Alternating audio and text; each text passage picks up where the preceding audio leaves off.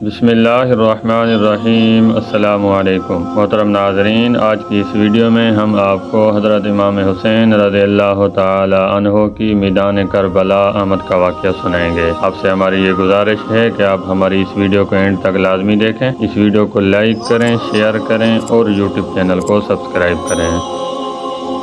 محترم ناظرین، حضرت امام حسین رضی اللہ تعالی عنہ کا قافلہ اور حر بن یزید کا لشکر ساتھ ساتھ آگے کی طرف چلتے رہے۔ جہاں کہیں بھی آپ رضی اللہ تعالی عنہ کے قافلے کا رخ صحرائے عرب کی طرف ہو جاتا تو حر بن یزید آپ کو روک دیتا اور رخ پھیر کر کوفہ کی طرف کر دیتا۔ چلتے چلتے آپ نینوا پہنچے۔ وہاں ابن زیاد کے ایک قاصد نے حر بن یزید کو ایک خط پہنچایا جس میں یہ حکم تھا: جو ہی میرا یہ خط اور میرا قاصد آپ تک پہنچے تو حضرت امام حسین رضی اللہ تعالی عنہ اور ان کے ساتھیوں کو جہاں وہ ہیں وہیں روک لو اور انہیں ایسی جگہ اترنے پر مجبور کرو جو بالکل ویران میدان ہو اور جہاں کوئی سبزہ اور پانی کا چشمہ وغیرہ بھی نہ ہو۔ میرا یہ قاصد اس وقت تک تمہارے ساتھ رہے گا جب تک مجھے یہ معلوم نہ ہو جائے کہ جو حکم میں نے تمہیں دیا تم نے اس کی حرف بحرف تعمیل کی۔ محترم ناظرین، حر بن یزید نے یہ خط پڑھنے کے بعد تمام صورتحال سے حضرت امام حسین رضی اللہ تعالی عنہ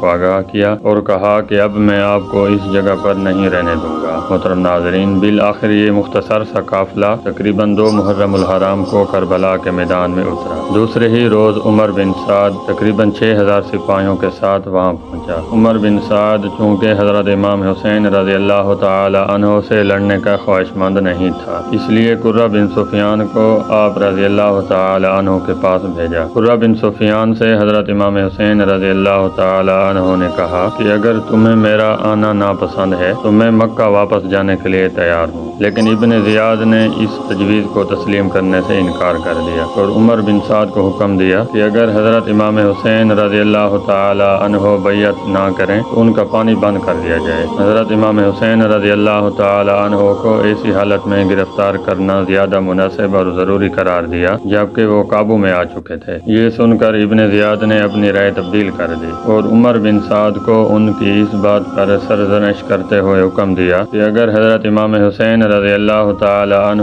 اور ان کے ساتھی اپنے آپ کو حوالہ کر دیں تو بہتر ہے، ورنہ جنگ کی راہ لو۔ شمر خط کے ہمراہ عمر بن سعد کے پاس پہنچا۔ عمر بن سعد اپنے اقتدار کو قائم رکھنے کی خاطر حضرت امام حسین رضی اللہ تعالی عنہ کے خلاف تروال اٹھانے کے لیے تیار ہو گیا۔ محترم ناظرین، یہ دن تقریباً 9 محرم الحرام کا تھا۔ ہمارے اللہ تبارک و تعالیٰ سے دعا ہے کہ اللہ تعالیٰ ہمیں بھی اہل بیت کرام اور محرم الحرام کا ادب اور احترام کرنے کی توفیق عطا فرمائے۔ آمین ثم آمین۔ ہم امید کرتے ہیں کہ ہماری آج کی یہ چھوٹی سی ویڈیو آپ کو پسند آئی ہوگی۔ اگر ہماری ویڈیو آپ کو پسند آئی ہے تو اس ویڈیو کو لائک کریں، شیئر کریں اور ہمارے یوٹیوب چینل کو سبسکرائب کریں۔ بہت شکریہ۔